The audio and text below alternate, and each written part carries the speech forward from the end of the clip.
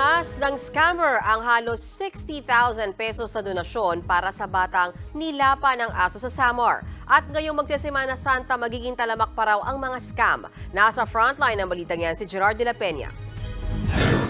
Dumulog na sa PNP ang guro na nanguna sa FundMe para sa 2 taong gulang na babaeng aso sa Calbiga, Samar. Na-scam daw si Jomar Pakit sa naipong donasyon para sa batang natanggalan ng 2 tenga at nakakonfine ngayon sa Eastern Visayas Regional Medical Center. Sa salaysay niya sa Calbiga Police, may tumawag sa kanya at nagpanggap na taga-PCSO at magbibigay umano ng tulong.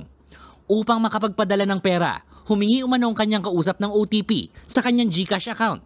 Pagkatapos ito, nadiskubre ng guro na nalimas na ang higit sa 60,000 pesos na nalikom niya para sana sa bata. 363 pesos lang daw ang itinara sa kanyang account.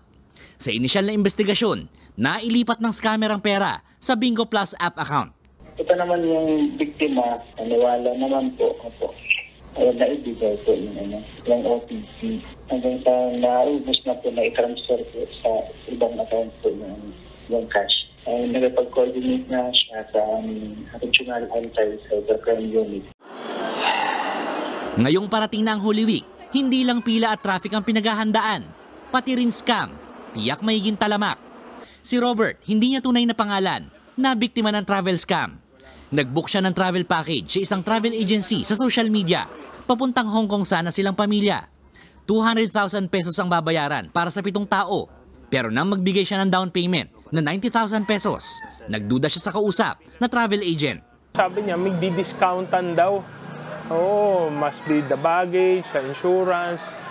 Bayaran mo na today, di-discountan ko yung parang less than 2,000. Nagtataka na ako, wala namang ganun ever since na nag-transact tayo sa agency. Makikita niya na, yung babayaran mo, fix na yun eh. Wala ka nang kailangan baguhin doon, kaya nagtataka ako. Hanggang sa hindi na raw sumagot ang kausap niya at wala na rin sa social media ang travel agency, tangay ang kanyang 90,000 pesos. Ayon sa Scamwatch Pilipinas, mayroong 14 na nagsulputang travel scam ngayon.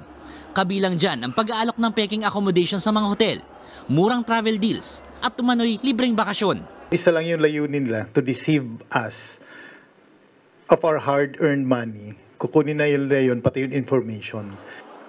Mas lalala pa raw habang papalapit ang Semana Santa.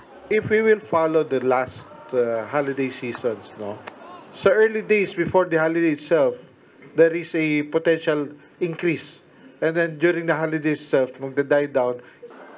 Payo ng mga eksperto, huwag basta-basta maniniwala sa mga nag-aalok ng mura o libreng hotel accommodation, pati na rin sa murang pasahe sa eroplano o tour packages.